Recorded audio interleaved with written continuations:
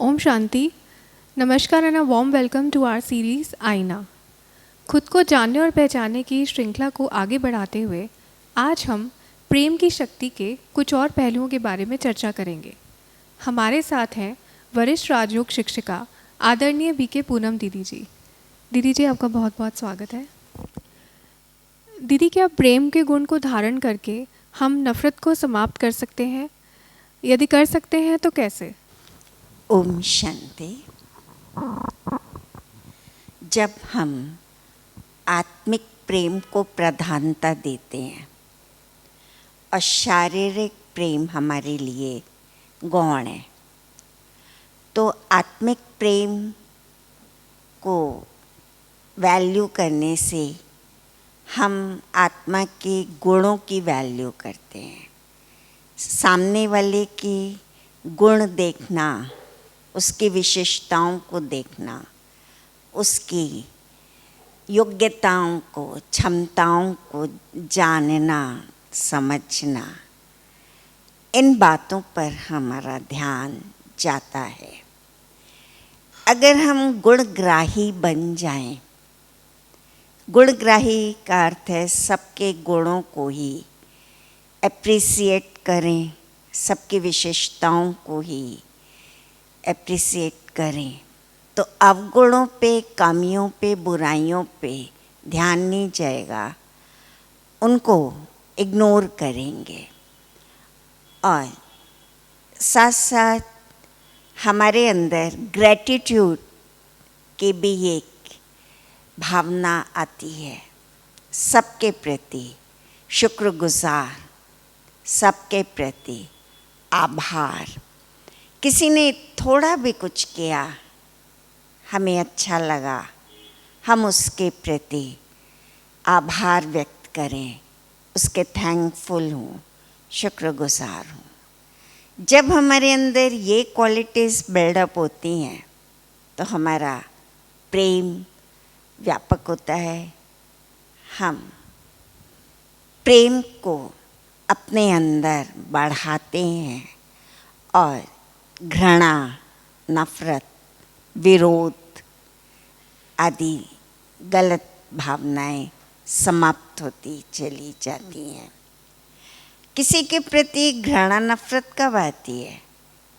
जब हम देखते हैं उसके पास मेरे से ज़्यादा है, उसे मुझसे ज़्यादा सम्मान मिला, उसने अधिक ऊंचाइयों को हासिल किया, तो हम यहाँ सोचें कि उसमें ऐसी क्या क्वालिटी है, क्या गुण है, और उसने ऐसा क्या परिश्रम किया है जिस मेहनत के आधार पर उसने ये ऊंचाई को प्राप्त किया। तो जब हम उनकी मेहनत को देखेंगे, योग्यताओं को देखेंगे, तो हमें प्रेरणा मिलेगी कि हमें भी मेहनत करनी है, हमें भी अपनी आंतरिक क्षमताओं को, योग्यताओं को बढ़ाना है। तो उसमें फिर ईर्ष्या का भाव नहीं आ सकता, बल्कि हम मोटिवेट होते हैं और हम भी आगे कार्य करने के लिए परिश्रम करते हैं। अगर हम नफ़रत ही करते रहें, ईर्ष्या ही करते रहें, तो नुकसान हमारा ही है। हमारी अंदर ये नेगेटिविटी हमारी ऊर्जा को धीरे धीरे ख़त्म करती है, हमारी खुशी को समाप्त करती है और हमें जीवन को आनंद में नहीं लेने देती। तो प्रेम के गुण से हम इस कमजोरी पर, नफ़रत, ईर्ष्या आदि इस कमजोरी पे विजय पाते हैं। ये गुण बढ़ाओ तो ईर्ष्या, नफ़रत स्वतः ही समाप्त होती जाएगी। दीदी, ऐसा कहते हैं कि love is God, God is love. परमात्मा प्रेम का स्रोत है। और जैसे हम परमात्मा के बच्चे हैं, पर फिर भी हमें ऐसा लगता है कि हमें भरपूर प्यार नहीं है हमारे जीवन में, हमें और प्यार चाहिए। तो ऐसा हम क्या करें कि हम उस परमात्मा से भरपूर प्यार प्राप्त कर पाएं? परमात्मा से प्यार क्यों नहीं मिलता? क्योंकि हमारा संबंध नहीं बना। और संबंध इसलिए नहीं बना, हमें पहचान ही नहीं है, परिचय ही नहीं है। जब तक यथार्थ परिचय नहीं होगा तो हम संपर्क कैसे करेंगे उनसे? और संपर्क नहीं तो संबंध नहीं, और संबंध नहीं तो प्राप्ति भी नहीं होगी। इसलिए यहाँ इस ईश्वरीय विश्वविद्यालय में परमात्मा का संपूर्ण परिचय मिलता है, और परिचय के साथ साथ निश्चय उसमें।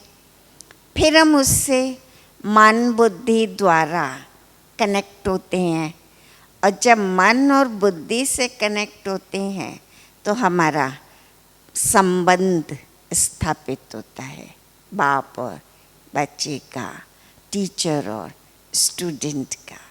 जब संबंध होता है ना, और संबंध में प्यार होता है, जिस तरह का भी आप संबंध बनाओ उस तरह का प्यार अनुभव होता है। और जहाँ प्रेम है, स्नेह है, वहाँ उनका ध्यान, याद स्वाभाविक हो जाती है। तो एक तो आवश्यकता है परमात्मा के संपूर्ण ज्ञान की, उनके परिचय की। दूसरा, वो हमारे परम शिक्षक हैं, हमें उनकी शिक्षाओं को जीवन में लाना है। अगर हम उनके शिक्षाओं को जीवन में उतारते हैं तो स्वतः ही हम उनके प्यार के योग्य बन जाते हैं। आप देखिए, एक पिता के दो बच्चे, एक पिता तो केवल बाप का गुणगान करे, उनकी फोटो पे माला चढ़ाए, प्रसाद चढ़ाए, लेकिन कहना नहीं माने, आज्ञा पालन नहीं करता है। और दूसरा बच्चा ये सब चाहे नहीं करता हो, लेकिन पिता का आज्ञाकारी है, पिता की बात को तुरंत मान लेता है, तो पिता का ज़्यादा प्यार किसको मिलेगा? जो आज्ञाकारी है। तो हमें भी परमात्मा के आज्ञाकारी बच्चे बनना होगा, उनकी शिक्षाओं को जीवन में लाना है, उनके गुणों को अपनाना है। वो प्यार का सागर और हम नफ़रत में रहें तो परमात्मा प्यार नहीं पा सकते। परमात्मा शांति का सागर और हम कलह क्लेश करते रहें तो कैसे प्यार मिलेगा? परमात्मा पवित्रता का सागर और हम बेईमानी छल कपट में फंसे रहें तो संभव ही नहीं है। उनके गुणों को हम कुछ तो धारण करें, 5%, फिर 10%, फिर बढ़ाते बढ़ाते 15%, 20%। प्यार, पवित्रता, शांति, सुख देना, सुख देने की भावना, इन गुणों को जब हम अपनाते हैं तो प्यार मांगने से नहीं मिलता है, स्वतः ही परमात्मा प्यार के हम पात्र बन जाते हैं। तो हम प्यार के सागर के बच्चे, पवित्रता के सागर बाप के बच्चे, शांति के सागर बाप के बच्चे, सुख के सागर बाप के बच्चे, ये हम अगर याद रखें ना, हम किसके बच्चे हैं, तो हमारे भी वही गुण हों और उन गुणों को हम विकसित करें।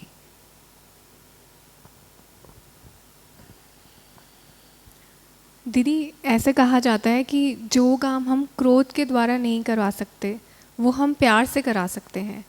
तो किसी से कोई भी काम हम प्यार से किस प्रकार करवा सकते हैं? आप क्रोध से कार्य लेना चाहें, भय दिखा के, चिल्ला के, डांट के, तो वो दिल से तो नहीं होगा। आपके भय से वो कर भी लें, लेकिन उसका परिणाम लंबे समय तक सुखदायी नहीं होगा। और आप अगर प्यार से कराते हैं, समझाते हैं, मोटिवेट करते हैं, उसको इंसेंटिव देते हैं, तो उसके अंदर से भावना आती है कि मुझे कार्य करना है। इसलिए प्यार एक ऐसा शस्त्र है जो दिलों को जीतता है और उस आधार से सबका सहयोग भी मिल जाता है। जहाँ स्नेह है वहाँ सहयोग है, और स्नेह ही नहीं होगा तो सहयोग भी नहीं मिलेगा, और सहयोग नहीं होगा तो प्रगति नहीं होगी।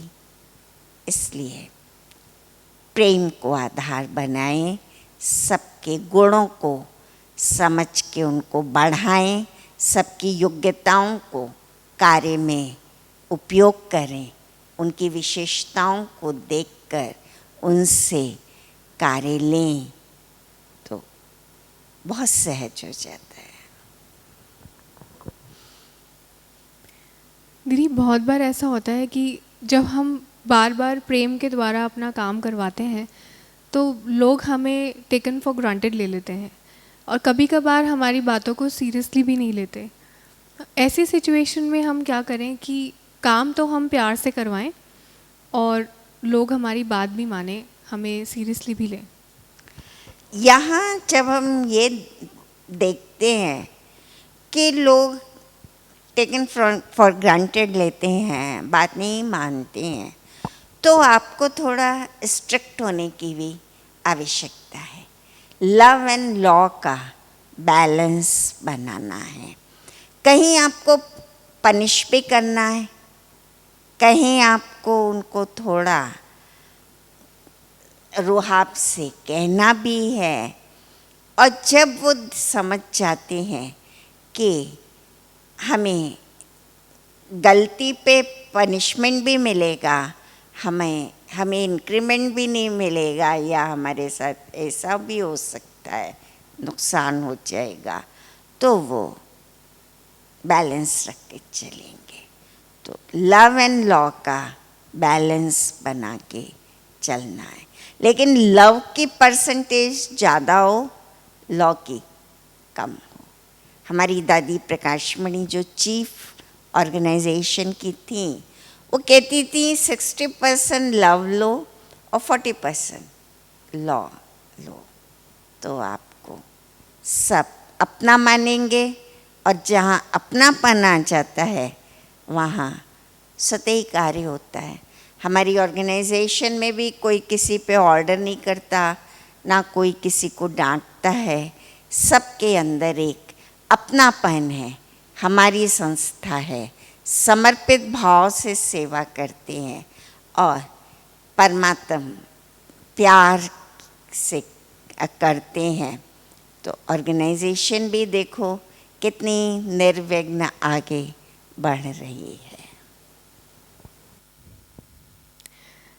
दीदी, कई बार ऐसा होता है कि सामने वाला हमसे नफ़रत करता है, हमेशा नेगेटिव वाइब्रेशंस देता है। ऐसे में हम उससे कैसे प्यार करें? शुभ भावना रखें, वो उसका संस्कार है कि वो नफरत, ईर्ष्या, द्वेष से घिरा हुआ है। लेकिन मैं परमात्मा की संतान, प्यार के सागर की संतान हूँ, सुख के सागर बाप की संतान हूँ, तो मैं अपने गुण को नहीं छोड़ूंगी। प्यार करना है, सुख देना है, सबको शक्ति देनी है। आप शुभ भावना रखिए, बुरा मत सोचो, उसके लिए अच्छा सोचो। और शुभ भावना में ये सोचो कि कोई बात नहीं, अभी ये अज्ञानतावश बुराई से ग्रसित है, देह अभिमान में है, और इसमें ये नफरत, ईर्ष्या, द्वेष है। कोई गलत फहमी भी हो सकती है, कोई कारण भी हो सकता है, लेकिन आपकी शुभ भावना, आप ये जब सोचते हैं बहुत अच्छे हैं, ठीक है, होता है, बदल जाएंगे, इनमें कई गुण हैं, आप उनके गुणों को देखते हैं, तो शुभ भावना प्रभावशाली बनती है। और उसके वाइब्रेशन काम करते हैं। हाँ, कोई आत्मा कठोर होती है, देरी से पिघलती है, कोई आत्मा इतनी कठोर नहीं है, नरम है, तो जल्दी उस पर प्रभाव आता है, जल्दी पिघल जाती है। गलत फहमियों को जल्दी से जल्दी दूर कर लें तो अच्छा है। जितना हम गलत फहमी को लंबा चलाएंगे उतनी नेगेटिविटी बढ़ती है।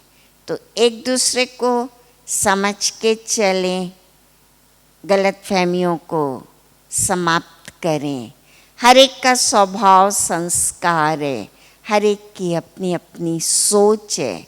हम उसको बस रिस्पेक्ट दें और उसके प्रति थैंकफुल रहें।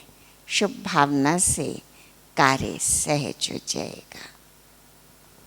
और नफ़रत से नफ़रत बढ़ती है तो और ज़्यादा अशांति बढ़ती है ना। गरम लोहे को ठंडे लोहे से ही काटा जाता है ना, गरम को गरम से तो नहीं काटेंगे। तो हम शांति से, प्यार से, धीरज से उसकी बुराई को समाप्त कर सकते हैं। और नहीं तो हम पर तो उसका असर नहीं आएगा, उसकी नेगेटिविटी का। हम अपने आप को सुरक्षा कवच में रखेंगे। दीदी, बहुत बार ऐसा होता है कि हम किसी से बहुत प्यार करते हैं, हमेशा उन पे भरोसा करते हैं, पर जब वो हमें धोखा दे दें हमारे प्यार करने के बावजूद भी, ऐसी स्थिति में हम क्या करें? एक्सेप्ट करो, ये उसका पार्ट रहा। पर आप मोह में हैं ना, तो आप बहुत दुखी हो जाएंगे। आप मोह से ऊपर उठो। आपने प्रेम किया, सच्चा प्रेम किया और आपको रिजल्ट इस प्रकार मिला, तो आपको बीती को बीती करके भूलना होगा और आगे बढ़ना है।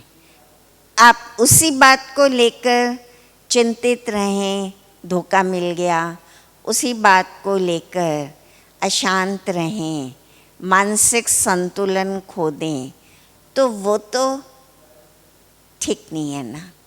हम उस आत्मा के पार्ट को समझ के उस बात को भुलाएं और आगे बढ़ें। मोह में नहीं आए, प्रेम के गुण को आधार बना के चलें, तो फिर सहज है। बाकी कुछ हमारे पूर्व कर्मों के हिसाब किताब भी होते हैं, तो उन हिसाब किताब को भी हमें क्लियर करना है। दीदी, हम प्रेम को कितने प्रकारों से परिभाषित कर सकते हैं? प्रेम के प्रकार: मानव का मानव से प्रेम, मानव का प्रकृति से प्रेम, अमानव का पिता परमात्मा ईश्वर से प्रेम। मानव का मानव से प्रेम अर्थात सब आत्मा भाई भाई हैं, सब हम एक पिता की संतान, एक परिवार के हैं। हम सबके प्रति देने की भावना जब रखते हैं, लेना नहीं है, मुझे देना है। प्यार चाहिए, सम्मान चाहिए, खुशी चाहिए नहीं, मेरा कर्तव्य है मैं सबको प्यार दूं, सम्मान दूं, खुशी दूं। मैं दाता की बच्ची देती जाऊं। देवता किसको कहा जाता है? देने वाले को देवता कहा जाता है। तो हम देवता हैं, असुर नहीं। असुर प्रवृत्ति क्या होती है? लड़ना, झगड़ना, छीनना, आक्रमण करना, बदला लेना, ये संस्कार आसुरी है। मानवीय प्रवृत्ति में संवेदनशीलता है, परोपकारिता है, मानवीय प्रवृत्ति में सहिष्णुता है, त्याग है। और दैवी प्रवृत्ति में देने की भावना है, देते जाओ, बदले में लेने की चाहना नहीं। और जितना देते हैं ना, ये नियम है उतना लौट के आता है, बढ़ता है। तो हम सम्मान दें, प्यार दें, खुशियाँ दें, तो हमारे खजाने ये स्वतः ही भरपूर हो जाएंगे, लौट के मिलेगा। और परमात्म प्रेम आध्यात्मिक प्रेम है। परमात्म प्रेम, इसमें कोई मांग नहीं है, इसमें कोई शिकायत भी नहीं है परमात्मा से, ना कोई उल्हाना है कि भगवान मैंने तेरे लिए इतना किया, तूने मुझे क्या दिया। मानवीय प्रेम में तो उल्हाने भी होते हैं, मानवीय प्रेम में शिकायतें भी होती हैं, मानवीय प्रेम में डिमांड्स भी होती हैं, लेकिन परमात्म प्रेम में ना शिकायत है, ना मांग है, ना उल्हाने हैं। बस हम खुशी के लिए, आनंद के लिए उनको प्यार करते हैं और इससे हम उनके गुणों से अपने आप को भरपूर करते हैं, शक्तियों से भरपूर करते हैं, उनके ज्ञान से स्वयं को भरपूर करते हैं। तो ज्ञान का खजाना, गुणों का खजाना और शक्तियों का खजाना भरता जाता है और हम संपन्न बन जाते हैं, संपूर्ण पवित्रता की ओर बढ़ते हैं। तो मानव जीवन का लक्ष्य क्या है? आत्मा की पवित्रता को बढ़ाना, आत्मा की चमक बढ़ाना और विकारों से, दोषों से मुक्त होते जाएं और सेवा भाव, कल्याण की भावना हमारी सबके प्रति हो, सबका भला हो, सब सुख पाए।